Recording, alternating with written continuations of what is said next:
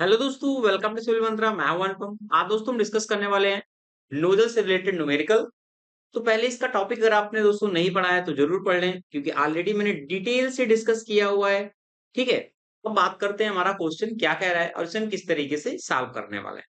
कह रहा है कि एक convergent divergent nozzle expand air at 6.89 bar and 4 to 7 degree Celsius temperature into A space at 1 bar. Okay, question क्या कह रहा है, यहां से एयर एक तरीके से हमारी जो नोजल है यहाँ पे इंटर कर रहा है। तो यहाँ का जो प्रेशर है वो हमें गिवन है। दिस इज द P1, हमने मान लिया कितना गिवन है, 6.89 बार है। ठीक है, ये हमें क्या गिवन है। और कह रहा है जो टेम्परेचर है, दिस इज द T1, कितना है, 4 to 7 डिग्री सेल्सियस। और कह रहा है कि इनटू स्पेस एट 1 बार। अब ये इनटू स्पेस 1 बार कह रहा है कि जो एग्जिट हमारा यहाँ पे प्रेशर हो रहा है, दिस इज द P2, वह कितना है, P2 कितना है, 1 बार है। ओके, कह रहा है कि the throat area is 650 mm²। अब ये वाला जो आपको एरिया दिख रहा होगा, ये इसको हम क्या कहते हैं, थ्रॉट कहते हैं। तो यहाँ का जो एरिया है, मैं ए टी से डिनोट कर दे रहा हूं। थ्रॉट एरिया कितना है, 650 mm² है। ठीक है, अब हम इसको चेंज कर लेते हैं मीटर में, क्योंकि हमें सारी यूनिट हमारी एक जैसी है। तो हम यहाँ पे लिख सकते हैं 650 into 10⁻⁻6 metre. Next, and exit area is 975। और एग्जिट एरिया कितना है, एग्जिट एरिया ये मैंने डिनोट कर दिया, कितना है, 975 mm²। ओके, इतनी बात आपको समझ में आ गई। तो कह रहा है कि the exit velocity is found to be 680 metre पर सेकेंड। जो एग्जिट वेलोसिटी उसको हम डिनोट करते हैं C2 से, C2 डैश से। यहां पे जो एग्जिट वेलोसिटी हमारी निकल के आ रही इस पॉइंट पे, वो कितनी है हमारी, 680 क्या मीटर पर सेकेंड है। तो कह रहा है कि when the inlet velocity negligible, यहाँ पे जो इनलेट वेलोसिटी है वो हम निग्लिजिबल मान लें, और जो फ्रिक्शन है वो भी हमारा क्या है, निग्लिजिबल है। तो हमें कैलकुलेट करना है कि mass flow through the nozzle कितना होगा। अब यहाँ पे क्या पूछ रहा है, मास फ्लो पूछ रहा है। ठीक है, अगर हम बात करते हैं कि मास फ्लो की, तो यहाँ पे क्या पूछ रहा है, एम की वैल्यू पूछ रहा है। अब एम के लिए मैंने फॉर्मूला ऑलरेडी पढ़ाया था जब डेरिवेशन बताया था नोजल का। तो एम इक्वल टू क्या आता है, C1 A1 अपान V1। कहने का मतलब C1 A1 और V1 हमें पता होगा, तब हम mass flow through the nozzle निकाल सकते हैं। तो पहला हमारा क्वेश्चन ये है। ठीक, सेकेंड हमारा क्वेश्चन यहाँ पूछ रहा है नोजल इफिशियंसी को। यहाँ पे दो क्वेश्चन पूछ रहा है कि नोजल की इफिशियंसी क्या होगी। नोजल इफिशियंसी के लिए फॉर्मूला क्या होता है, C2 डैश एंड C2 क्या का होल स्क्वायर। ये फॉर्मूला मैंने बताया था।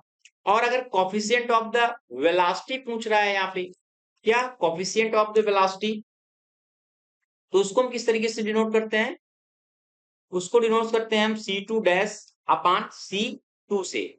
यहाँ पे क्या है, कॉफिशिएंट ऑफ क्या है, वेलोसिटी है। इतनी बात आपको समझ में आ गई। तो अब हमें इन टर्म को क्या करना है, सॉल्व करना है। तो देखते हैं किस तरीके से सॉल्व करेंगे।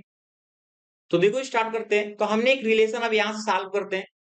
हमने एक रिलेशन पढ़ा था जब डेरिवेशन मैंने बताया था। हमें पता था कि पीसी इक्वल टू क्या होता है, पीसी अपान P1 होता है। पीसी यहाँ पे क्या एग्जिट वेलोसिटी है, क्या होता है, 2/n+1 अपान, और सॉरी, ब्रैकेट n अपान n+n-1, ये फॉर्मूला होता है। ठीक है, अब इस फॉर्मूले की हेल्प से हम क्या करते हैं, सारी वैल्यू को पुट करते हैं। अब हम क्या करें, पीसी। अब P1 ऑलरेडी हमें पता है, क्योंकि P1 हमारा क्वेश्चन में गिवन था 6.89। देख लो क्वेश्चन में गिवन है। और ये क्या हो गया, 2n+1, n की वैल्यू यहाँ पे कितनी हो जाएगी, 1.3 प्लस 1। आइसेंट्रोपिक के केस में n इक्वल टू क्या हो जाएगा, n इक्वल टू क्या है, 1.3 है। और क्या हो जाएगा, 1.3 अपान 1.3 माइनस 1। तो पीसी इक्वल टू कितना हुआ, 6.89। और इसको अगर हम सॉल्व करते हैं ना, तो यहाँ पे निकल के आता है 0.86 एंड ब्रैकेट में ये मिलेगा हमें 4.3 और 3 और सॉल्व करो तो पीसी इसको जब सॉल्व करोगे आप तो ये निकलेगा 0.52 और ये वाला कितना मल्टीप्लाई हो जाएगा 6.89। तो प्रेशर हमारा कितना आ गया, ये आ गया 3.58 बार। इतनी बात आपको समझ में आई, ये हमारा आ गया पीसी। ठीक है, अब पीसी हमने निकाल लिया है। पीसी के बाद अगर हम आइसेंट्रोपिक यहाँ पर रिलेशन की बात करते हैं टेम्परेचर के टर्म में, तो क्या होता है हमें पता है नेक्स्ट कि क्या फॉर्मूला हमारा होता है T2 अपान नहीं सॉरी टीसी अपान T1 अगर टेम्परेचर के टर्म में हम देखते हैं तो और कितना होता है 2 अपान n प्लस 1। अब देखो, अब टीसी तो हमें फाइंड करना है, टीसी और पीसी हमने फाइंड कर लिया एग्जिट वेलोसिटी का प्रेशर। टेम्परेचर देखते हैं, T1 ऑलरेडी कितना है हमारा 700 है, क्योंकि यहाँ पे देखो केल्विन में गिवन था ये वाला 427 प्लस 273 कितना हो जाएगा, ये हमारा 700 हो जाएगा ना, ये हो गया 700 केल्विन।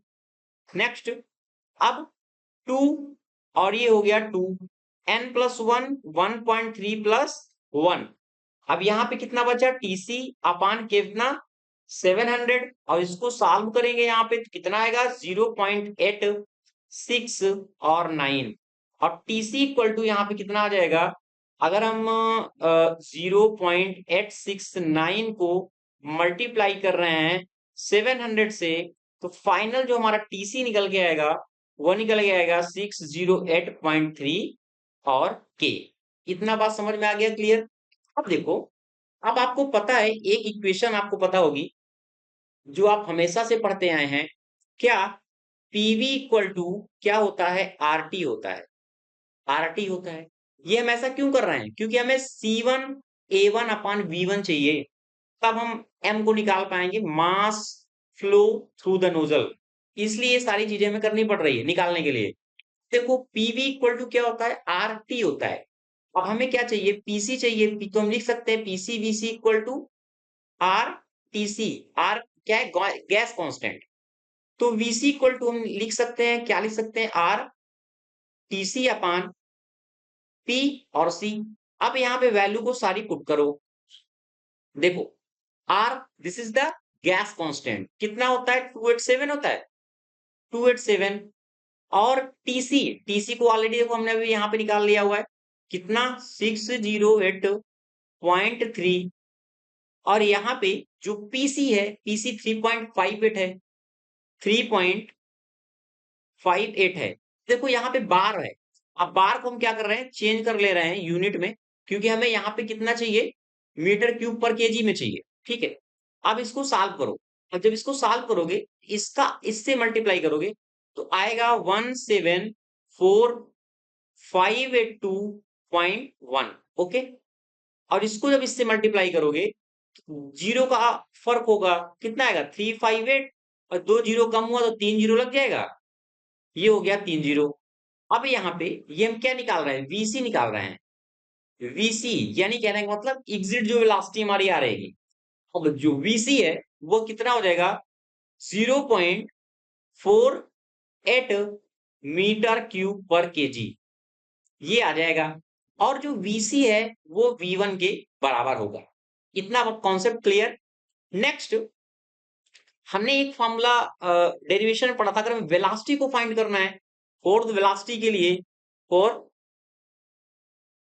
वेलोसिटी के लिए किसकी, जब हमारी कंडीशंस कैसी हो, जब C1 इक्वल टू यहाँ पे CC है एग्जिट के लिए, तुम C ये दिखा सकते हैं C के लिए इक्वल टू क्या एन आर टी सी।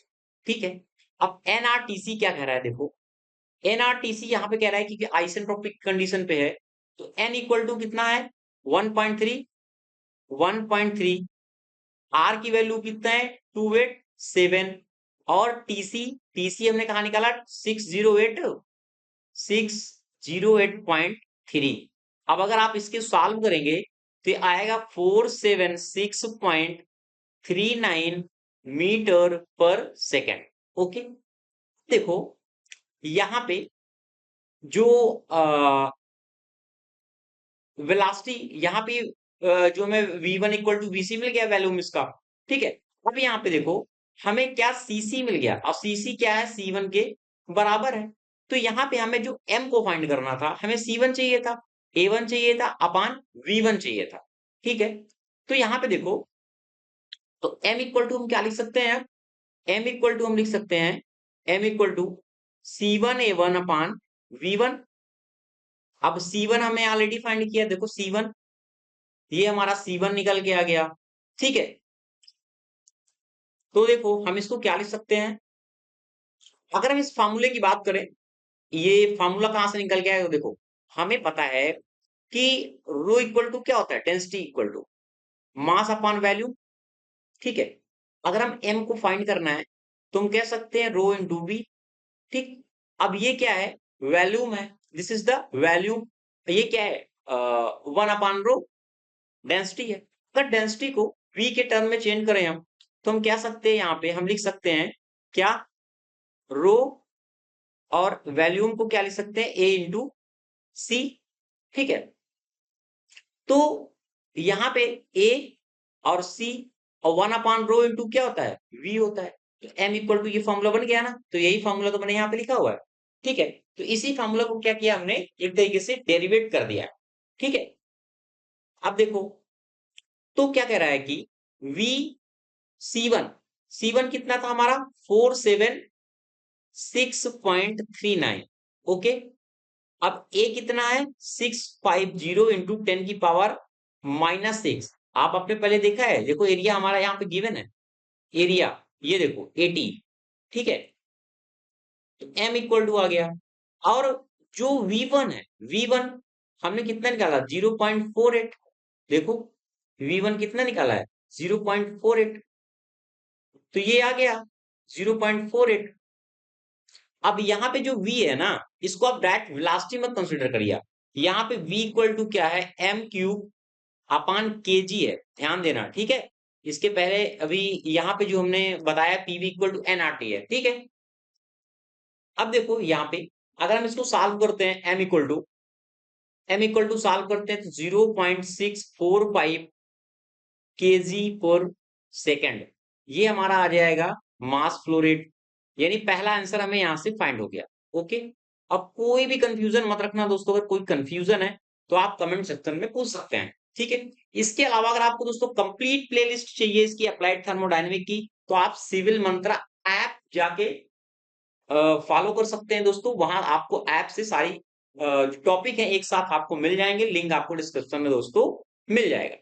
अब नेक्स्ट क्या पूछ रहा है, नेक्स्ट जो पूछ रहा है कि नोजल इफिशियंसी कितनी होगी, नोजल इफिशियंसी कितनी होगी, ये पूछ रहा है। नोजल इफिशियंसी क्या होता है, C2 डैश अपान C2 का होल स्क्वायर। एक हमारी एक्चुअल वेलोसिटी होती है, एक आइसेंट्रोपिक होती है। आइसेंट्रोपिक वेलोसिटी को फाइंड करने के लिए, आइसेंट्रोपिक, ओके। अब आइसेंट्रोपिक वेलोसिटी को फाइंड करने के लिए हमें थोड़ा सा और काम करना पड़ेगा।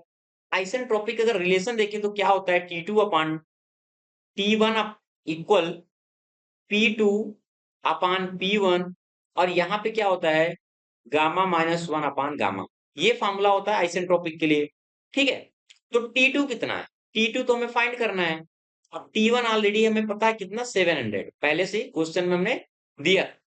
अब P2 हमारा 1 बार ऑलरेडी गिवन था, अब P1 को हमने निकाल लिया है 6.89, और यहाँ पे हम किसकी बात कर रहे हैं, एयर के लिए, तो 1.4 यूज करेंगे गामा के लिए, और ये हो गया 1.4, ओके। तो इसको सॉल्व करो आप थोड़ा सा, T2 अपान कितना हो गया 700, और 1 अपान कितना होगा 0.145, और इसको अगर सॉल्व करते हैं तो 0.285 T2,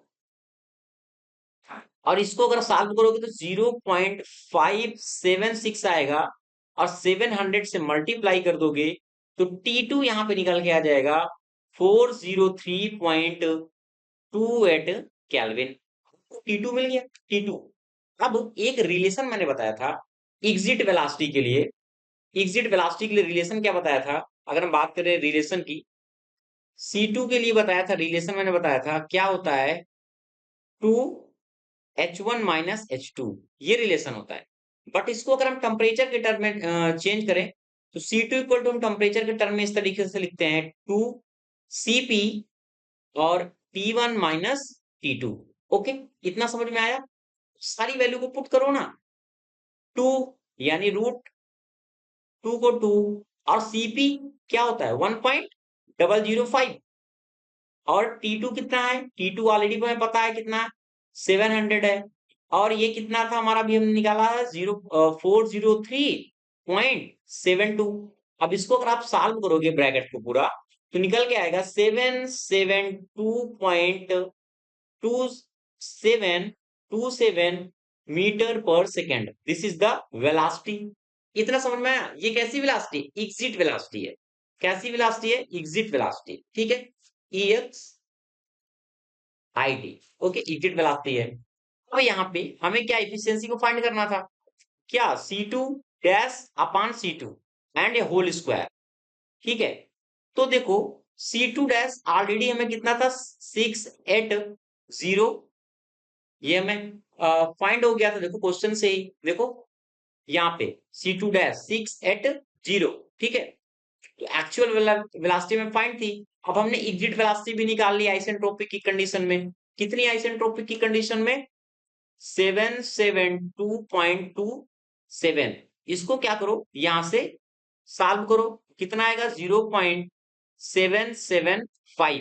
अब इसको हमें क्या करना, परसेंटेज में चाहिए, कितना हो जाएगा 77.5%। ये तो दोस्तों हमारा एक्चुअल इसका आंसर होगा, ठीक है। नेक्स्ट एक क्वेश्चन और इसी में पूछ रहा था, क्या पूछ रहा था कि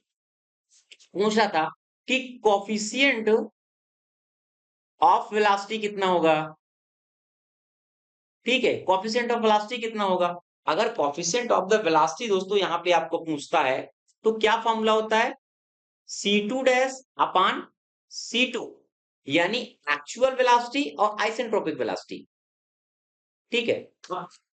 एक्चुअल कितनी है, 680 एग्जिट वेलोसिटी है, आइसेंट्रोपिक ऑलरेडी हमने निकाल लिया है 772.27। फाइनली आंसर कितना आएगा 0.88। और यही दोस्तों हमारा इसका होगा फाइनल आंसर। तो अगर हम देखें सारे सॉल्यूशन की बात करें, तो हमें क्या क्या निकालना था, पहले हमें m की वैल्यू निकालनी थी, जो हमने निकाला। फिर इसके बाद हमें एफिशिएंसी को फाइंड करना था, एफिशिएंसी फाइंड किया। फिर कोफिशिएंट हमें वेलोसिटी फाइंड करना था, कोफिशिएंट वेलोसिटी COF आप कुछ भी डिनोट कर सकते हो यहाँ पे। तो हमने कोफिशिएंट वेलोसिटी को भी हमने यहाँ फाइंड कर लिया। तो thank to watching this video दोस्तों। ऐसे ही वीडियो देखने के लिए आप यूनिक सीरीज ऐप डाउनलोड कर सकते हैं, वहां से सारे टॉपिक मेरे साथ एक साथ पढ़ सकते हैं। Thank you.